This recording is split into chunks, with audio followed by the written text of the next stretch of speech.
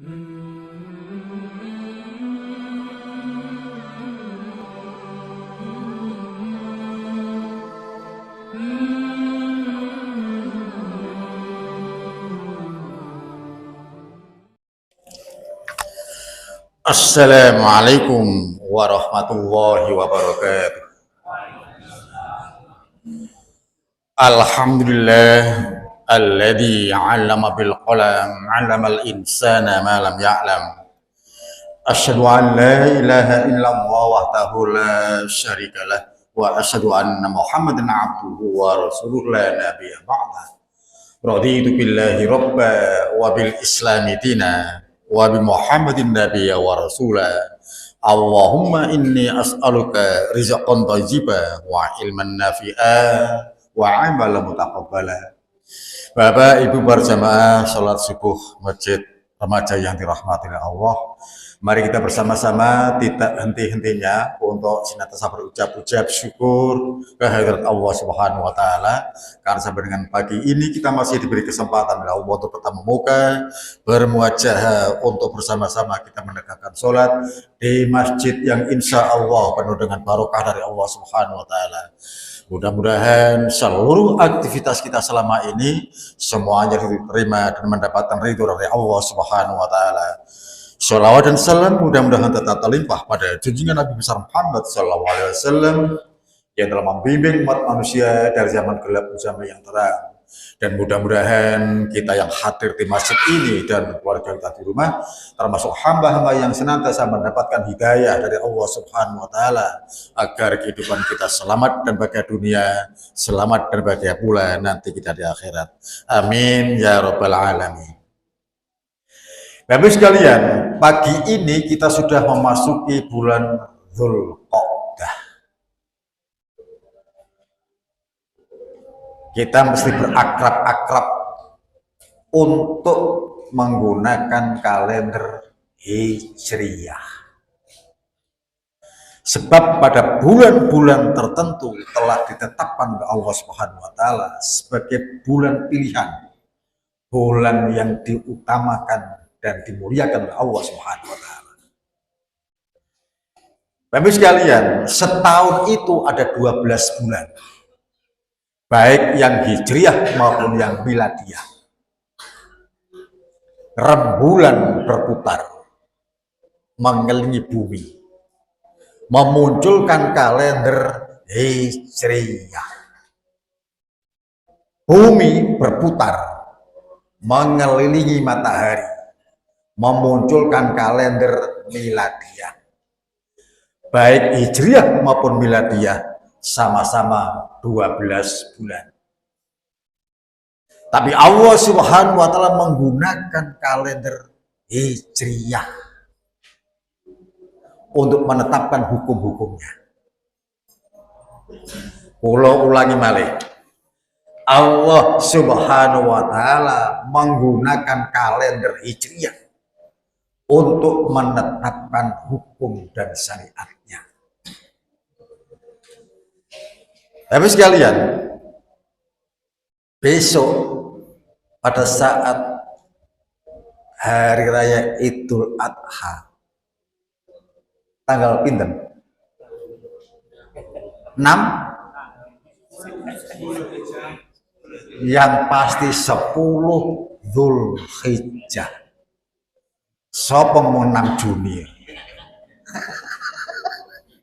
Ketetapan Allah bahwa yang namanya Idul Adha selalu pada 10 Dzulhijjah. Tapi sekalian, saya sengaja sekali lagi mengajak jenengan berpikir. Ngaji itu berpikir, ya. Rembulan berjalan, beredar, berputar mengelilingi bumi. Bumi berputar, berjalan mengelilingi matahari. Dan matahari itu berjalan atau diam? Kula ulangi malih. Rembulan berputar, ya, mengelilingi bumi. Bumi berputar mengelilingi matahari. Pertanyaannya, mataharinya diam atau berjalan? Matahari itu berjalan, tidak diam. Ya, sapa Pak sing ngandani? Gusti Allah. Ya, wasyamsu tajri li mustaqarril laha dzalika takdirul azizil alim. Jenenge ngaji Pak, tak buka no Quran ya. Ono Quran jenenge Quran surat Yasin. Sampean jarang yasinan ya Allah. Ya, ono Quran jenenge surat Yasin. Ayatnya ayat yang ke-38. Ya.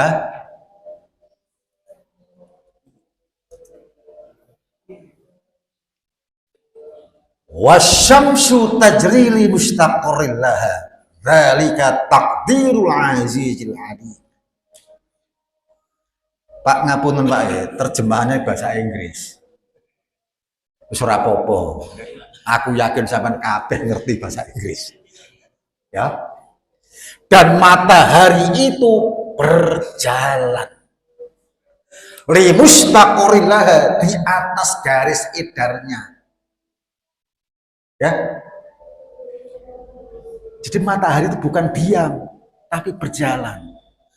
Walaupun ayat ini turun saat itu tidak ada ilmu pengetahuan tentang bumi dan antariksa.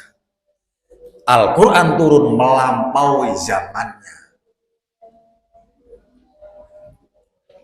Nah, pada saat Allah menciptakan langit dan menciptakan bumi, bersamaan dengan penetapan waktu. Setahun itu ada 12 bulan, 4 bulan diantaranya dimuliakan oleh Allah. Maka ditingali. Wonten Al-Quran jenenge surat At-Taubah ayat 3:9 dituleki. Makanya ngaji karo aku Pak, sangu kacamata karo sangu pulpen. Ya. Ditulis Yasin 38. Oh, menunjukkan adanya bumi berputar, matahari pun berjalan. Ya, wes balik. Sahih Bukhari menyebutkan 4 bulan yang dimuliakan oleh Allah itu adalah Dzulqa'dah. Sekarang ini bulan Dzulqa'dah. Yang kedua Dzulhijjah, yang ketiga Muharram, yang keempat Rajab. Salah satu mutawaliyat, Dzulqa'dah, Dzulhijjah, Muharram. 3 bulan berturut-turut. Salah satu mutawaliyat. Bersyukurlah kita pagi ini memasuki bulan yang dimuliakan oleh Allah. Dzulqa'dah. Ya, banyak-banyak beramal sholih di dalamnya. Jauhi semua perbuatan-perbuatan maksiat. Dekatkan diri kepada Allah di bulan yang dimuliakan oleh Allah. Dzulqa'dah. Wes balik sekarang.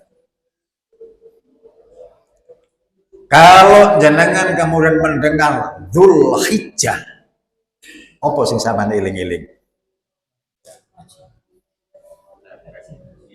Haji. Bulan besar bulan haji. Nomor loro.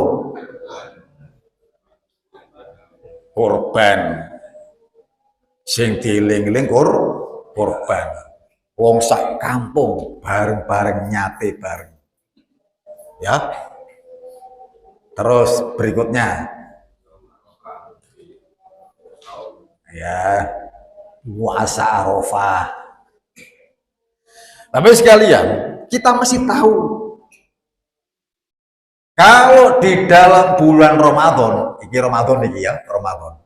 Kalau bulan Ramadan 10 hari terakhir bulan Ramadan itu malam-malam yang diutamakan oleh Allah.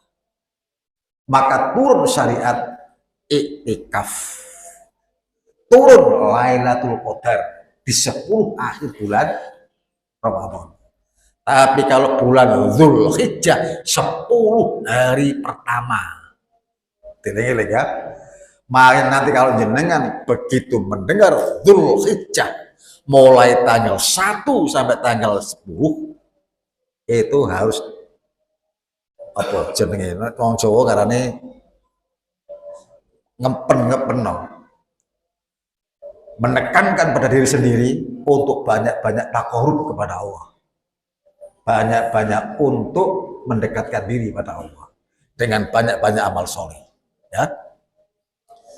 Dan sekarang mari kita bicarakan pelan-pelan apa yang ada pada tulisan itu. Lalu sekalian,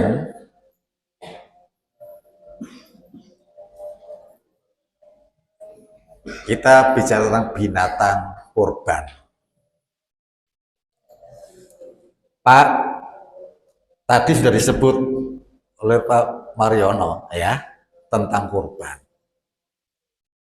Jangan terjadi kesalahpahaman tentang kurban. Beberapa waktu yang lalu ada jamaah diam-diam mendekati saya dan mengatakan, alhamdulillah Ustadz, untuk tahun ini saya tidak kurban lagi. Pikiran saya mungkin kena PHK, mungkin usahanya bangkrut atau pailit sehingga tidak bisa kurban. Loh, saya tanya, loh jenengan ingin PHK kan? Oh enggak Ustaz. Napa usaha jenengan pailit? Oh enggak Ustaz. Usaha saya lancar-lancar saja. Kok bukan kurban? Akhirnya ngomong, saya tahun ini tidak kurban. Sebab keluarga saya sudah kurban semua. Saya di rumah 5 anggota keluarga. Saya dan istri, anak saya 3. Dulu 5 tahun yang lalu saya sudah kurban atas nama saya. Tahun berikutnya atas nama istri saya. Tahun berikutnya anak saya. Sampai dengan terakhir kemarin sudah 5 kali kurban. Karena seluruh keluarga sudah berkurban, maka tahun ini saya tidak kurban lagi. Nah, ini kesalahpahaman. Pak, Bu, kurban itu tiap tahun wajib bagi yang mampu. Tiap tahun bagi yang mampu, ya. Jangan dihitung keluarga ini sudah atas nama ini, tak atas nama ini, sudah selesai, bab bebas, enggak. Tapi kurban itu kewajiban bagi umat Islam yang mampu tiap tahun. 1. Yang kedua, Bapak sekalian, kalau tanggung oleh, ini saya tanya ini bukan untuk apa, hanya sekedar untuk menghidupkan imajinasi saja, ya. Sampai seneng di kurban kambing sama kurban sapi. Ayo, kambing ya. Tidak apa-apa. Karena memang contohnya itu kambing. Ya. Zaman kurban ini niru sapa? Niru Nabi Ibrahim. Ya. Nabi Muhammad saja meniru Nabi Ibrahim. Kurban itu syariat yang dibawa oleh Nabi Ibrahim. Datang Nabi Muhammad, dilanggengkan, diteruskan syariat ini. Dalam kaidah usul fikih, inilah yang disebut dengan syar'u man qablana. Syariat-syariat sebelum kita yang kemudian kita langgengkan pada saat Nabi Muhammad SAW. Itu namanya syar'u man qablana. Itu kaidah usul fikih, ya. Nabi Ibrahim yang disembelih memang asal muasalnya itu Nabi Ismail, putranya, tapi oleh Allah diganti dengan al-kibas. Alif lam kaf ba shin, al-kibas. Wong Jawa ora iso muni kibas. Kibas. Mantep temen. Kibas jadi gibas sebab huruf kaf ada titik bawahnya pegu, vokalnya G.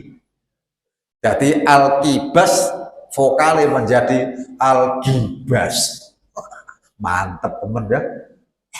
Nah, baik sekalian, seandainya kita menyontoh apa yang diucapkan, yang dilakukan oleh Nabi Ibrahim berikut Nabi Muhammad SAW, sing disembelih kibas, sing disembelih wedhus. Wong Islam mari riyo Idul Adha akeh sing kena stroke. Sebab kakean daging kambing. Nomor loro, bisa-bisa kambing itu punah. Tapi kebijakan dari Allah Subhanahu wa taala, ternyata yang disembelih bukan hanya kambing. Nanti ditetapkan oleh Allah. Ditetapkan oleh Allah. Yang disembelih itu bahimatul an'am. Apa?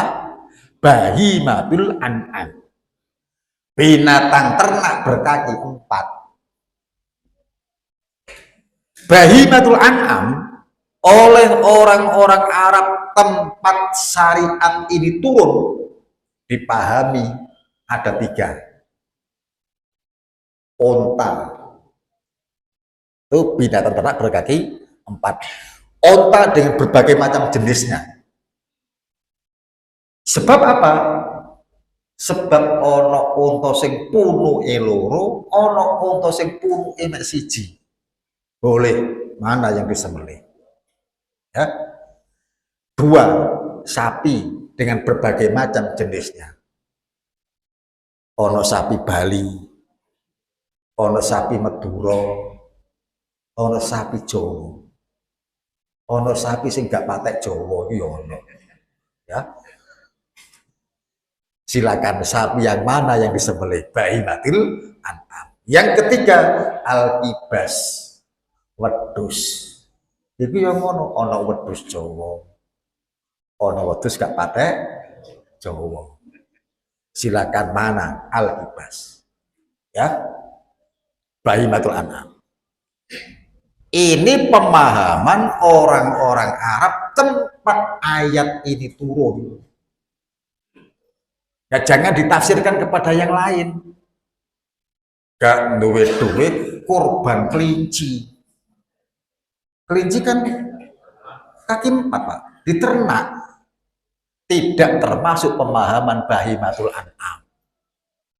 Saking semangatnya kurban orang duit kurban pitik. Pitik kan sikile loro, nah pitik loro, apa gak papat? Ya. Nah, jadi yang dikorbankan hanya bahimatul an'am sesuai pemahaman ayat ini turun di kota Madinah, ya. Binatang korban harus berupa binatang ternak, yaitu onta, sapi, dan kambing. Baik berupa kambing lokal maupun kambing atau domba kibas.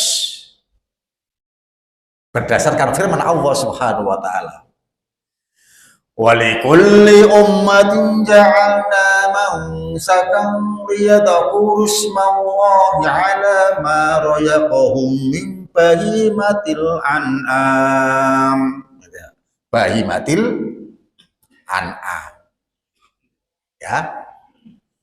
Ini Pak ada pada Quran surat Al-Hajj ayat 34. Dan bagi setiap umat telah kami syariatkan ibadah kurban supaya mereka menyebut nama Allah terhadap apa yang telah Allah berikan kepada mereka berupa binatang ternak. Binatang ternak inilah atau bahimatil an'am inilah yang dipahami oleh orang-orang tempat ayat ini turun 3 macam tadi.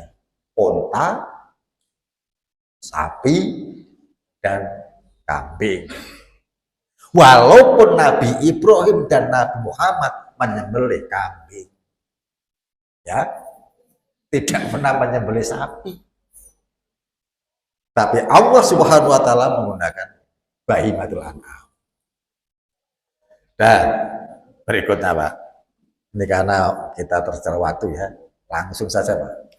Nah, pada saat kita kurban, nek tuku wedhus hati-hati, nek tuku sapi hati-hati. Sebab kalau binatang itu cacat sebelum dikorbankan tidak menjadi barang yang sah. Ojo bangga-bangga gede-gedean sapi tapi cacat. Ojo bangga-bangga sapi ini gede ngerepotno sing nyembelih. Kasus, Pak, ya, ini kasus. Ono masjid jenenge Masjid Al Jihad Kupang Kerajaan. Tuku sapi nang di nang Pasuruan. Sapinya gawede, Pak, sapi ini.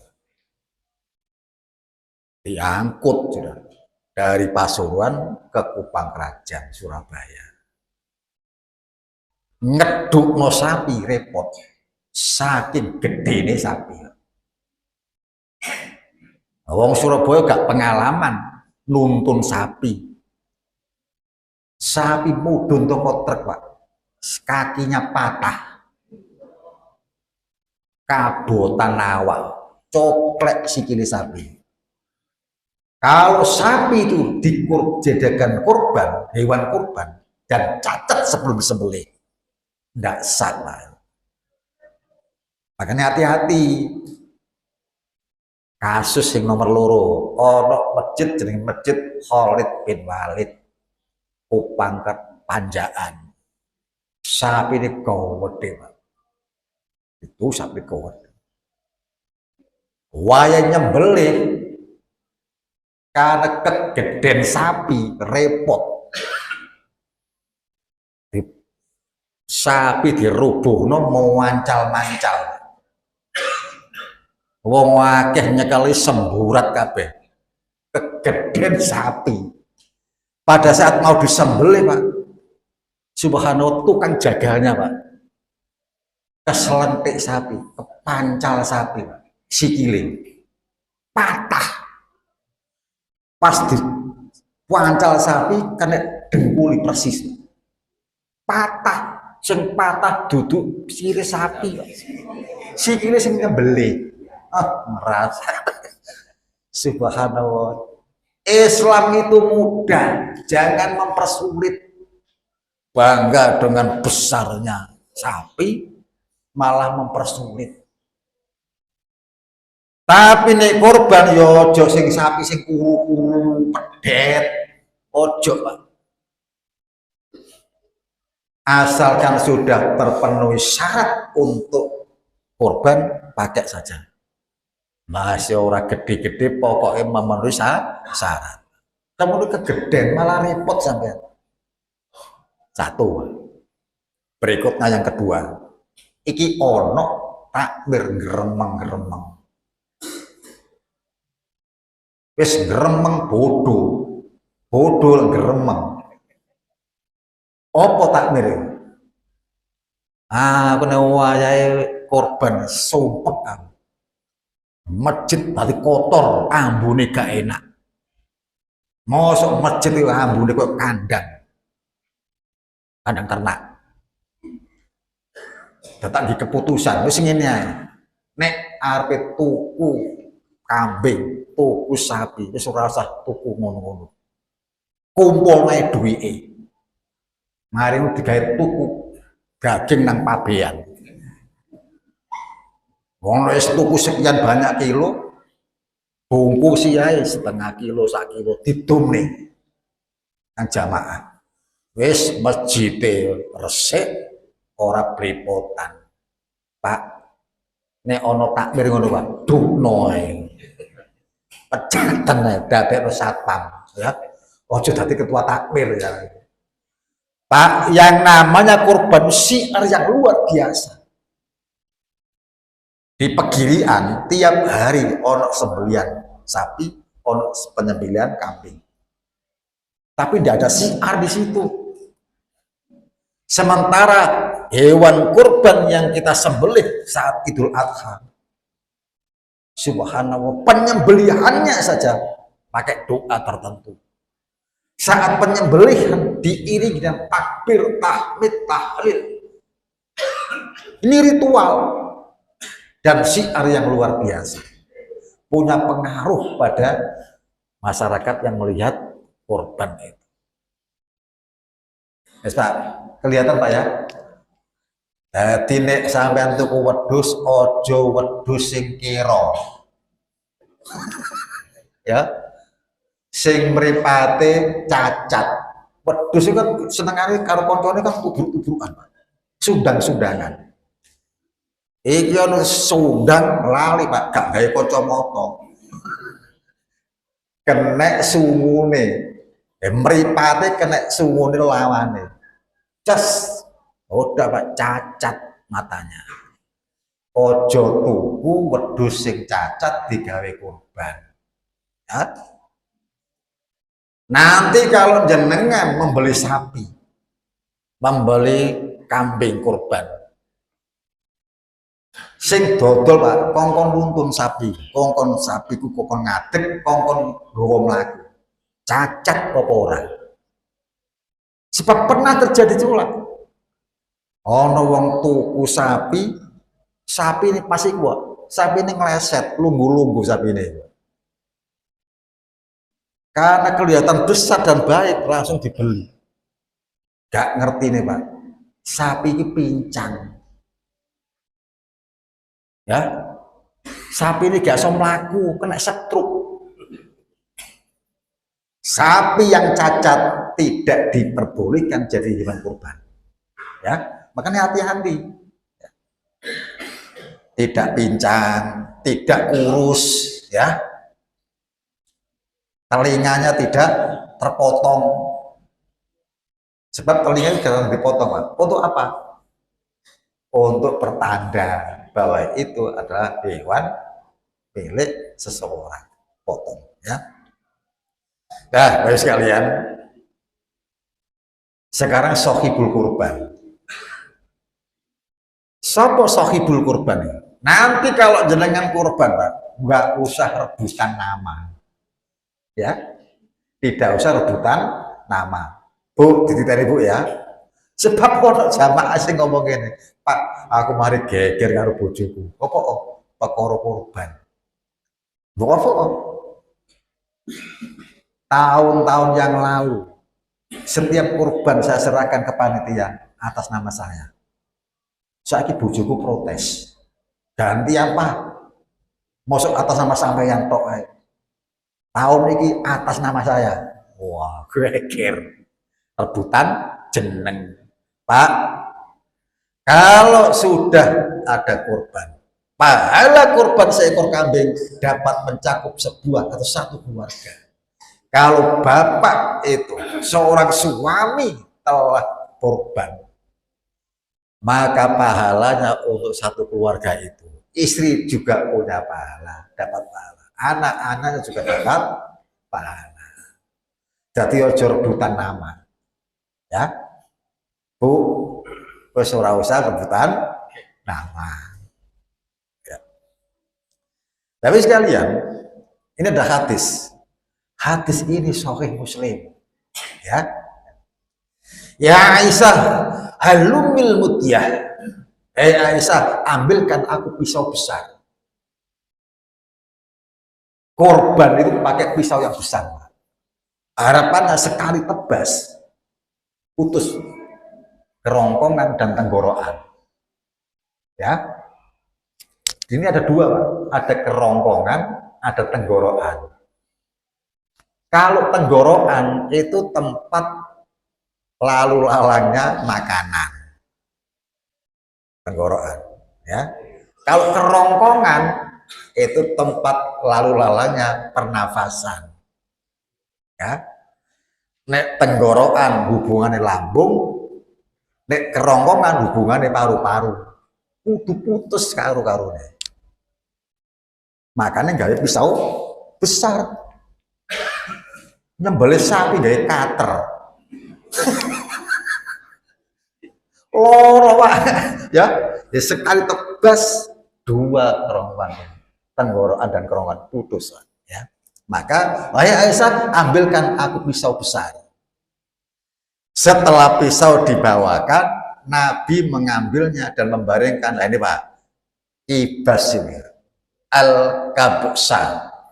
Al-ibas. Ya, pakai kafa. Ya. Wong Jawa kayak iso kipas, gibas. Lalu Rasulullah membaringkan untuk bersiap menyembelihnya. Kemudian beliau berucap, Bismillah, Allahumma taqabbal min Muhammad wa ali Muhammad wa min ummati Muhammad. Jadi ada tiga. Allahumma taqabbal min Muhammad. Ya Allah, terimalah kurban ini dari Muhammad. Wa ali Muhammad, dan dari keluarga Muhammad. Wa min ummati Muhammad, dan kurban dari umat Muhammad. Padahal yang disembelih cuma satu. Mengapa ini kemudian terjadi? Ini ada asbabul wurud namanya. Sebab-sebab Rasulullah berdoa seperti ini. Ada keluarga miskin protes sama Rasulullah. Wahai Rasul, orang-orang kaya telah memborong semua amal-amal yang kau ajarkan. Orang-orang kaya bisa haji, orang-orang kaya bisa bersedekah, bisa sedekah, bisa zakat, bisa kurban. Sementara kami yang miskin, tidak bisa haji, tidak bisa umroh, tidak bisa zakat, tidak bisa korban. Orang-orang kaya sholat seperti kami yang sholat. Orang-orang kaya berdoa, berzikir seperti kami yang miskin-miskin ini. Berdoa dan berzikir. Sementara kami tidak bisa zakat, tidak bisa sedekah, tidak bisa kurban. Maka pada saat kurban di depan orang itu Rasulullah menyebutkan ini. Ya Allah, terimalah kurban ini dari Muhammad, dari keluarga Muhammad, dan dari umat Muhammad. Jadi kalau jenengan nyuwun sewu nggih, menawi jenengan kok nasib rodok gak pate enak. Sampean miskin, sampean fakir, ojo sedih-sedih. Ojo khawatir gak itu pahala kurban.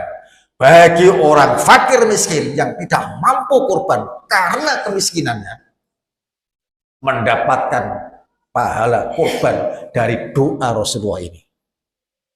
Orang fakir miskin ditanggung oleh Rasulullah SAW.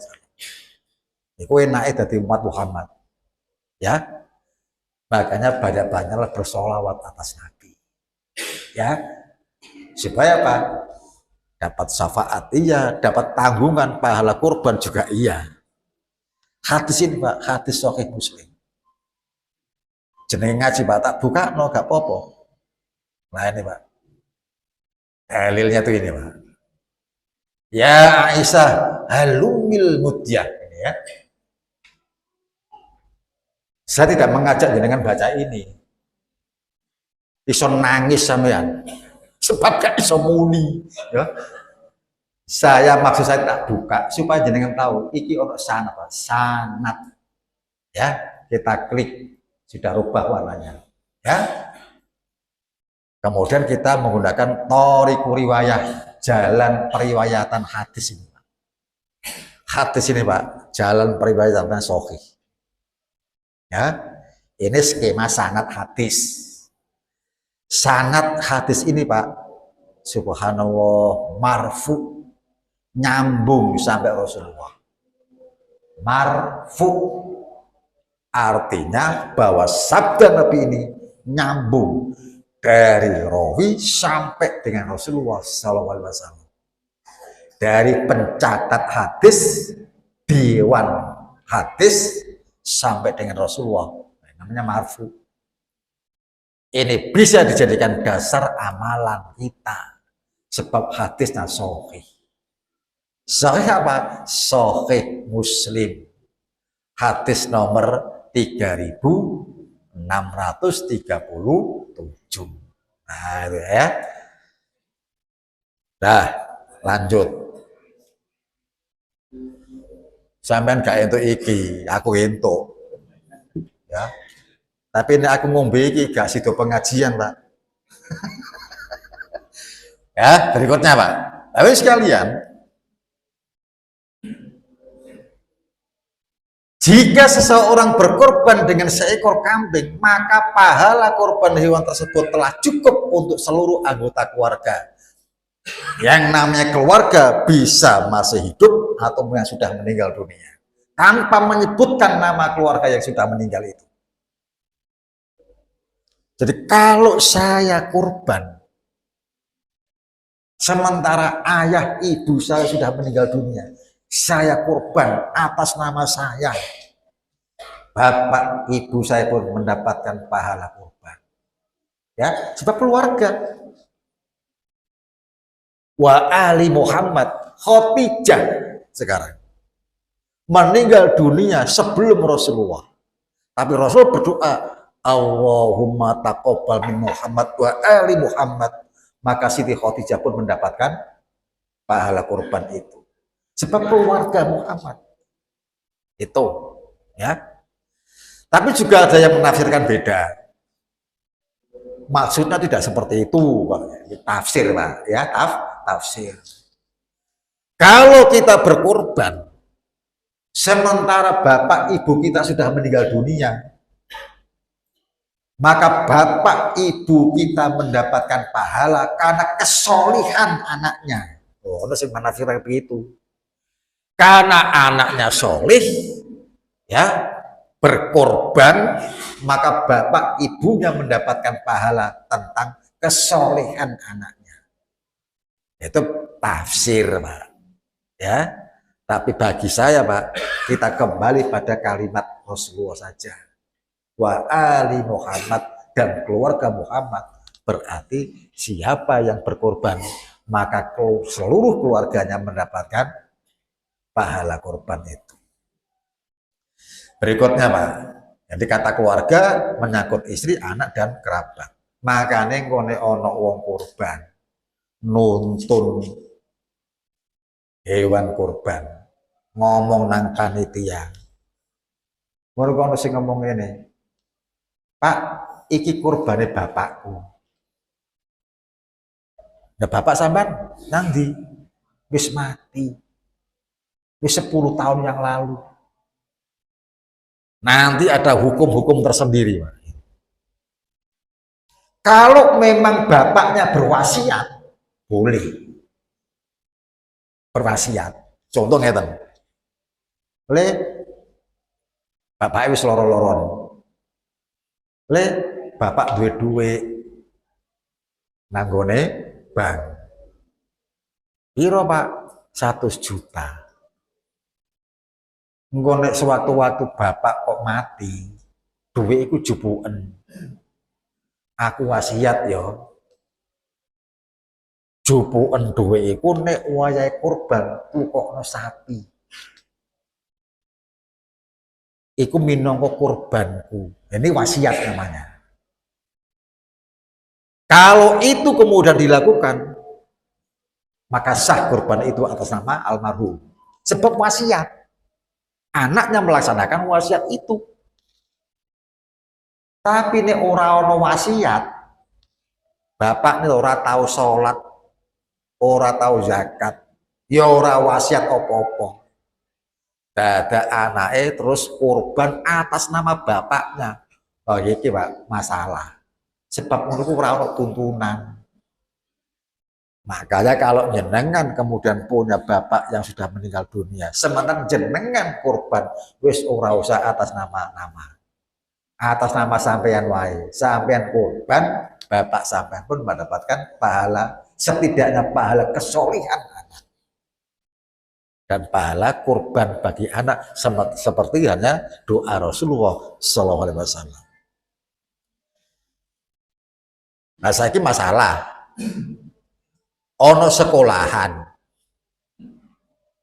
murid 100 korban urunan arek 100 urunan tuku pedus cilik korban iku ngono Pak duduk korban jenenge iku terhitung sedekah biasa. Apakah boleh Pak di sekolahan urunan anak-anak kemudian korban? Boleh, boleh saja. Tapi itu bukan korban namanya. Itu hanya pada ranah tarbiyah, pendidikan anak. Ya, supaya anak itu ngerti ono korban ya. Sebab apa? Sebab tidak ada tuntunan untuk patungan seperti itu.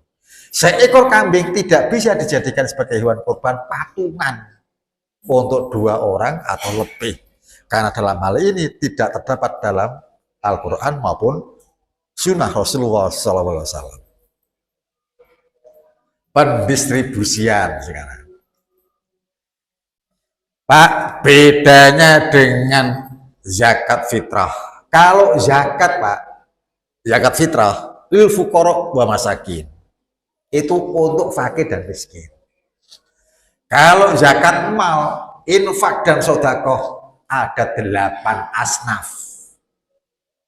Ono 8 golongan yang mendapatkan sodakoh zakat dari zakat mal itu.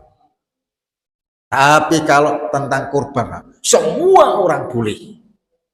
Yang kurban boleh makan daging kurban, orang miskin boleh makan, orang kaya pun boleh makan. Semua orang boleh makan daging kurban, ya. Coba ini ada ayat yang mirip nantinya pada ayat yang tadi sudah kita baca ya. Disyariatkan bagi sahibul kurban, keluarga yang kurban, untuk mengkonsumsi sebagian daging kurbannya. Bahkan jenengan kalau kurban tak boleh pesan pada panitia. Kambing yang jenengan beli sampai bawa ke panitia, Pak panitia, ini kurban saya pesen ya, nanti aku gak jaluk opo-opo, aku jaluk dasi wae. Boleh begitu ya. Ini kurbanku Pak, aku pesen siji ya, opo aku pun jaluk sikile siji. Boleh Pak, pesan begitu boleh. Dan ini pesen ojo akeh-akeh ya. Ana wong korban gawe wedhus sing kuru ngomong engko sikil papat engko tak jaluk, engko ndase ya tak jaluk. Nek ana wong korban ngono Pak, kok nggo mulih, kok nyembeli dhewe ae, ngrepoti panitia ngene iki ya. Walaupun dalam syariat itu boleh Pak, sebagian untuk mengkonsumsi sebagian dari hewan korbannya. Satu. Yang kedua, menghadiahkan. Boleh untuk hadiah. Dan bersedekah. Nah, Pak, ada 2 perbedaan. Ada hadiah yang dalam bahasa hukum namanya hibah dan sedekah. Kalau hewan kurban itu, daging hewan kurban itu hadiah, berarti konotasinya diberikan kepada orang-orang di luar Islam. Sampeyan duwe tangga agamane Nasrani, wae dum-duman hewan kurban boleh diberi, walaupun Nasrani, Hindu, Buddha, ya. Bahkan orang bingung sing gak duwe agama dikei, ya boleh, itu apa? Hadiah. Tapi kalau sedekah, konotasinya sama-sama orang Islam, ya itu ya. Tapi sekalian, jadi ini Al-Hajj ayat 28, dan supaya mereka menyebut nama Allah pada hari yang telah ditentukan atas rezeki yang Allah telah berikan kepada mereka berupa binatang ternak. Wayat kurus mawah fi ayyam maklumat. Ini konotasinya menyembelih kurban itu harus diiringi dengan takbir, tahmid, tahlil. Ya. Sementara yang menyembelih konsentrasi dengan binatang yang disembelih. Yang menyaksikan iringi penyembelihan itu dengan takbir, tahmid, tahlil. Ojo sampai yang sing nyembelih yo takbiran sampai lali. Sing dipotong duduk gulune kewan, sing dipotong drijine dhewe. Ya. Nah, konsentrasi pada hewan korban. Nah, ada gini, Pak. Fakulu minha wa at'imul qani'a wal mu'tar. Al-Hajj ayat 36. Maka makanlah dan berikanlah kepada pengemis yang meminta-minta. Qani, al-qani itu orang miskin yang minta-minta. Qani namanya. Wal mu'tar, mu'tar itu miskin tapi nggak gelem minta-minta.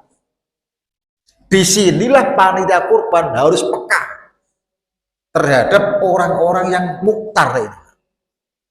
Iki wong miskin, Pak. Tapi mau jaluk-jaluk. Kudu diberi, Pak, itu, Pak. Walaupun dia tidak minta.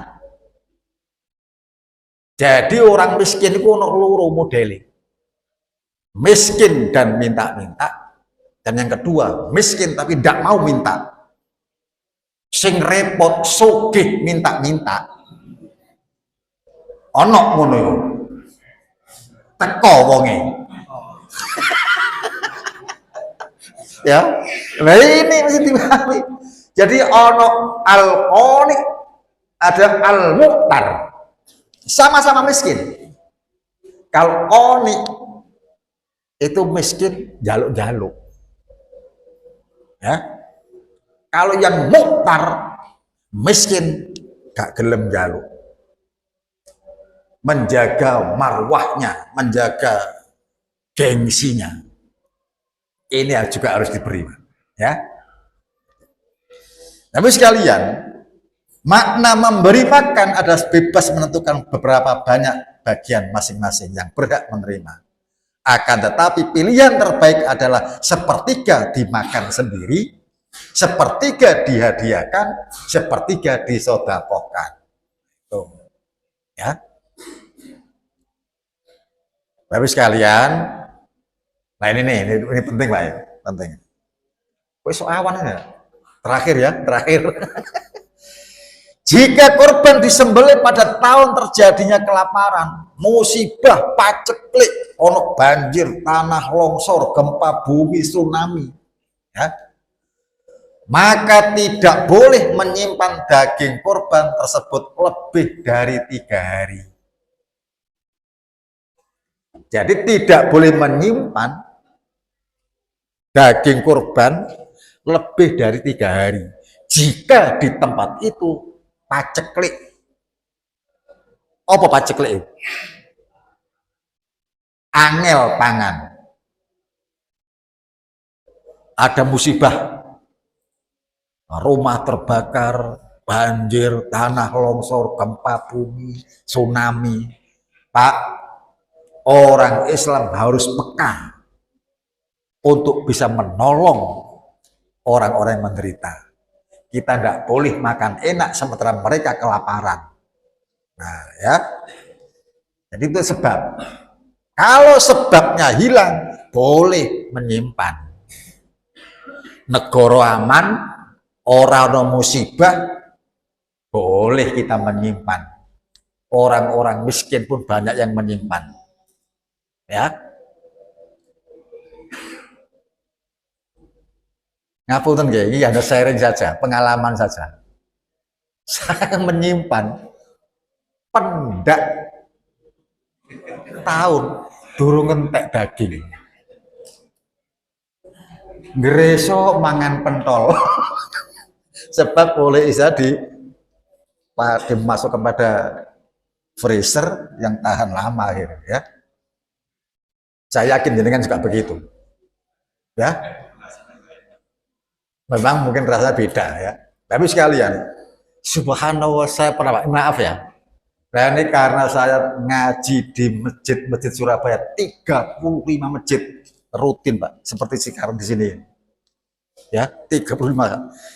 Pas waya Idul Adha, podo eling aku ngekei. Ya. Akhirnya Pak, nek digawe sak kiloan wis 35 kilo loh Pak. Ya. Ada masjid di Rungkut Pak, pernah memberi saya Pak, langsung Pak, 40 kilo rong gelangsing. Tak takoni kok akeh, mboten saged ngedum Pak. Panitia kerepotan ngedum, akhirnya aku ditelepon, Ustaz, kalau mau ke sini silakan Ustaz, ini ada daging kurban. Ya, percuma. Bungkus akeh. Lho Ustaz, saya minta tolong ini. Warung aku teko Pak, untungnya sebuah mobil. 2 gelangsing Pak, 40 kilo. Tak bagi nomornya RW ku Pak. Kabeh wong kampung makan daging kurban orang Rungkut. Itu pernah terjadi. Cuman sekali ya. Tidak tiap tahun kalau itu ya. Bapak sekalian, coba ini ya, ini hadis Sahih Bukhari. Terus rasa dicek hadisnya sahih ya. Barang siapa berkorban maka tidak boleh ada daging kurban yang masih tersisa di rumahnya setelah 3 hari. Maka pada tahun berikutnya para sahabat bertanya, wahai Rasul, apakah kami harus berbuat sebagaimana yang telah kami lakukan pada tahun kemarin? Yaitu tidak boleh menyimpan daging kurban lebih dari 3 hari. Rasul menjawab, makanlah daging hewan kurban, berilah makan orang lain dengannya, dan simpanlah. Karena tahun kemarin orang banyak berada dalam kesusahan, maka aku ingin kalian membantu mereka. Nah, jadi boleh menyimpan. Kalau jenengan diberi kakean untuk ngedol. Orang-orang miskin, Pak. Wah, sing dikei hewan kurban didol meneh. Apa aku Pak, orang miskin Pak, akeh daging disimpen nang di kulkas, gak duwe kulkas. Malah bosok Pak. Buah. Didol. Boleh Pak, kenapa? Dia bukan sohibul kurban. Dia itu orang yang diberi. Yang tidak boleh itu apabila semisal saya korban, kemudian saya minta daging sebagian, tak dol. Nah itu gak itu. Sebab saya sohibul kurban. Bagi yang penerima dan kelebihan dari seperti itu, boleh menjual. Nah itu ya. Pak, ini karena sudah siang, meh zuhur ya.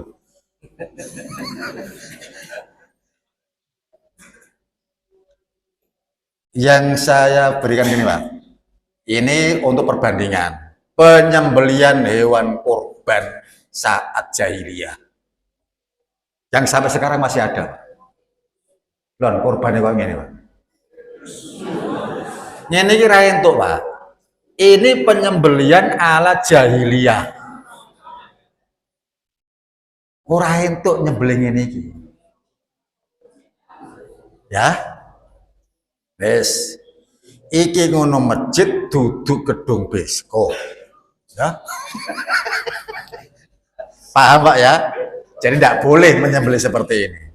Tapi seyogyanya menyembelih, ya termasuk penyembelihan sapi Pak. Penyembelihan sapi. Ya. Oh, maaf ini keliru ya. Ini cara mengingat sapi ya. Sing gak tahu ono, sing gak tahu sampean tonton iki ya. Menyembelih unta, walaupun di sini tidak ada dong tahu ya. Perhatikan. Kalau menyembelih unta Pak, unta tidak diterobohkan. Unta itu tetap ngadeg. Nah, seperti itu aja menyembelihnya. Ya. Nah, ini menyembelih unta. Unta itu dukur, Pak. Oh gitu. Ada yang tidak tahan lihat darah ya sudah, ya. Mudah-mudahan Allah Subhanahu wa taala memperlancar rezeki jenengan yang bisa digunakan modal untuk berkorban di hari raya Idul Adha tahun ini. Amin ya rabbal alamin. Kita akhiri pertemuan kita dengan doa bubar majelis. Subhanakallahumma wa bihamdika asyhadu an la ilaha illa